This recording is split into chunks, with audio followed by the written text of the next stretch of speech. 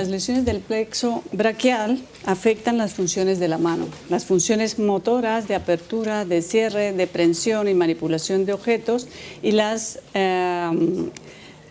funciones sensitivas de protección mediante la percepción de la térmica y la percepción del dolor y la analítica de reconocer objetos mediante el tacto.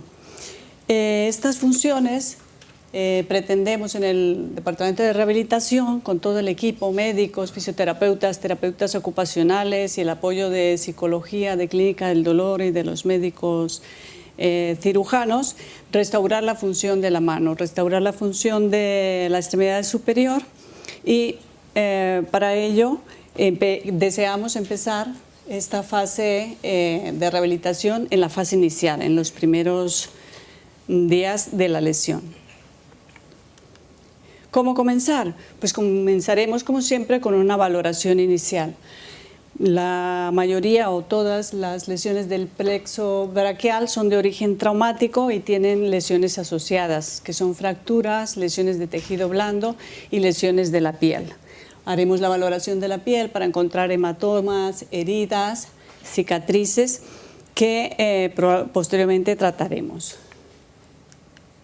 También haremos una exploración sensitiva en las partes de piel que tengamos disponibles, que no estén fuera de inmovilización o de cubrimiento por apósitos, para tener una noción de las zonas anestésicas, hipoestésicas y zonas de aludinea, que son el resultado de la lesión nerviosa o de la misma edema. Lo más importante que hemos de verificar o de explorar es las zonas donde tenemos el edema, que es producido por la misma lesión o por la parálisis de los músculos, el éxtasis venoso por la parálisis de los músculos. Otro aspecto a valorar será el balance articular, tanto pasivo como activo. El balance articular, mediante goniometría, encontraremos que las articulaciones en esta fase inicial estarán libres y de forma activa nos daremos un poco cuenta del compromiso que tiene la extremidad. Me he pasado una. Bueno, la valoración de la fuerza muscular, de la capacidad residual, la realizaremos mediante el test de Daniels para encontrar los músculos paralíticos, los parésicos y sobre todo la musculatura indemne, que será la primera que empezaremos a trabajar. El objetivo entonces, después de esta valoración, nos daremos cuenta que es una fase preventiva si iniciamos desde el comienzo la rehabilitación, porque podremos prevenir las complicaciones ocasionadas por el edema mediante técnicas específicas como el drenaje linfático y el vendaje de contención. Tomaremos medidas de prevención para evitar la formación de adherencias, rigideces articulares y acortamientos musculares que conllevan a la deformidad, con el inicio precoz de las movilizaciones pasivas y la confección de férulas, que de esto se encarga el Departamento de Terapia Ocupacional. Prevendremos también la aparición del síndrome de dolor regional complejo mediante el correcto abordaje del dolor, siempre respetando la tolerancia del dolor y pues apoyados por la clínica del dolor, que da muy buen resultado el trabajo en equipo con la clínica del dolor. Iniciaremos de manera precoz la rehabilitación sensitiva de la mano con estimulaciones cutáneas desde las zonas indemnes de lesión, las zonas sanas, hacia las zonas afectas. Estos serán los objetivos en la fase inicial. El primer objetivo, el más importante, la lucha contra el edema. La primera técnica que utilizamos todos es el declive. Las posturas que le diremos al paciente, por encima del corazón siempre, póngase usted, cuando esté acostado, cuando esté sentado, que la mano quede elevada, que la extremidad toda que está inflamada quede elevada. Y durante el tiempo que esté caminando por el hospital, pues que se ponga un cabestrillo, pero que vaya a la posición de declive cada vez que pueda.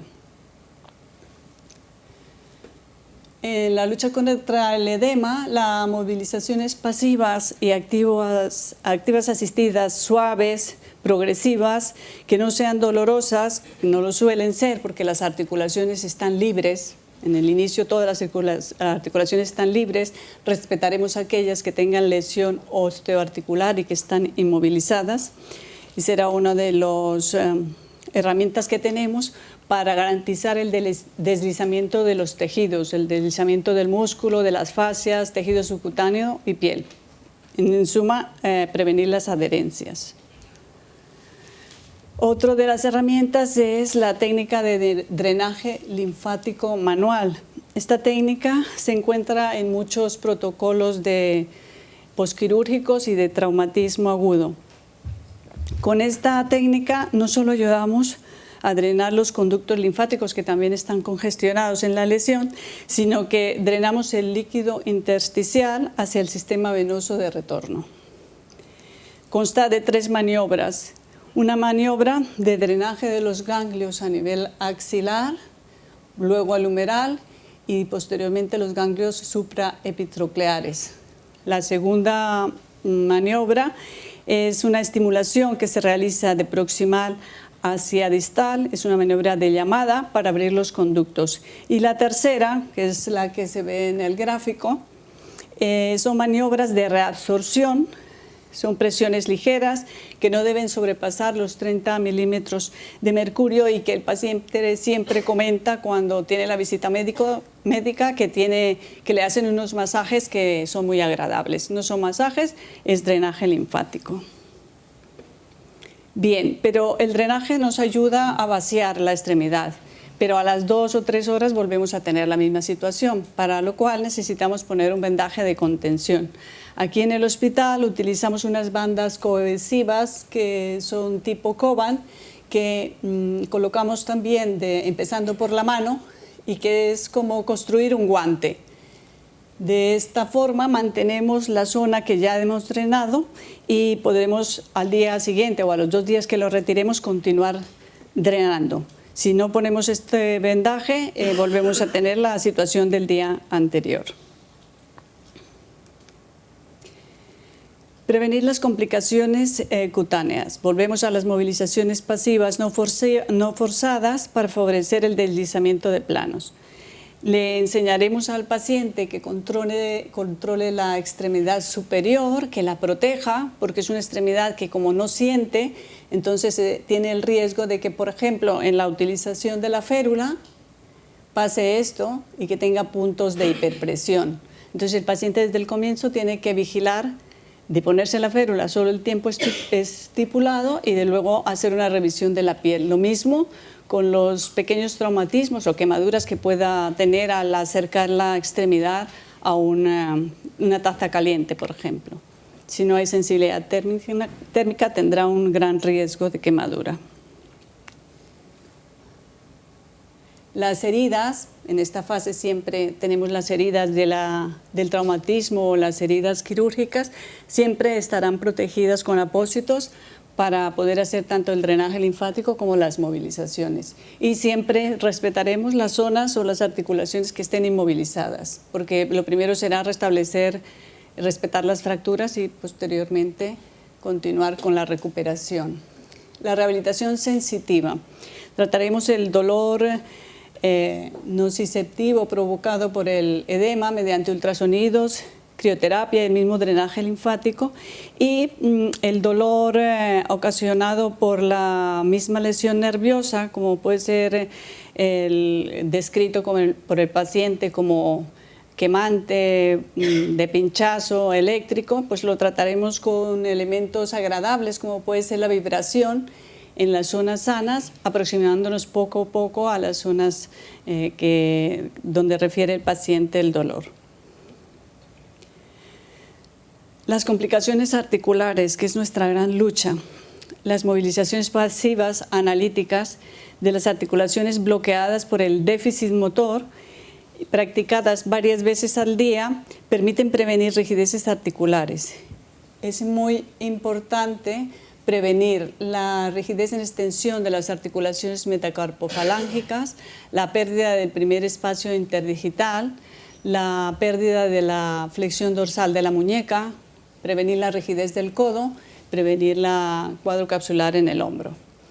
El paciente también deberá aprender a automovilizarse, a hacer ejercicios que le permitan mantener libre el hombro y allí donde pueda asistir con la extremidad sana. La prevención de las complicaciones musculares será prevenir la atrofia muscular y los acortamientos musculares. Volvemos a tener las movilizaciones pasivas en primer lugar y luego también los estiramientos musculares, porque las actitudes viciosas o deformidades son consecuencia de la ruptura del equilibrio entre los músculos agonistas paralizados y músculos antagonistas predominantes. Por eso es necesario estirar los músculos predominantes, o sea, los que tienen todavía función, para evitar la deformidad. Y la mejor manera también es el uso de férulas de posición o férulas de suplencia funcional. Una férula como esta que nos ayude, en este caso, a mantener la flexión dorsal de la muñeca y con las gomas activar la función perdida de los flexores. La educación al paciente. El paciente debe participar desde el primer momento en su proceso de recuperación, cumpliendo con las recomendaciones del equipo, las cuales serán previamente consensuadas. Por parte de la fisioterapia, insistiremos en las posturas en declive, como ya hemos explicado, la inspección de la piel y protección de extremidad superior, el entrenamiento diario en ejercicios activos de cintura escapular y musculatura indemne, y entrenamiento de la técnica Mirror Therapy para el mantenimiento del esquema corporal. Estas son algunas de los ejercicios o las actividades en las que el paciente puede participar, puede hacerlo solo, digamos. La posición de drenaje, los ejercicios de hombro, las rotaciones, los activos de escápula y el entrenamiento del mantenimiento del esquema corporal con el tratamiento de Mirror Therapy, que también le daremos este elemento para que lo lleve a casa cuando esté de permiso los fines de semana y luego con el alta. Y también para el tratamiento del edema, cuando las heridas están cerradas, también tenemos la posibilidad de hacer la rehabilitación en la piscina, porque la presión hidrostática nos ayudará a reducirlo más rápidamente y el paciente podrá realizar con mayor facilidad los ejercicios activos. Las conclusiones. En las lesiones del plexo braquial, la rehabilitación temprana previene las complicaciones de la fase final. Es indispensable el trabajo en equipo y aunar criterios en el momento de informar al paciente. Educar al paciente para que esté implicado en su proceso de rehabilitación desde el principio y recordar que la lesión del plexo braquial es un proceso de larga duración, larguísima evolución y requerirá de una adecuada rehabilitación en todas sus etapas. Gracias.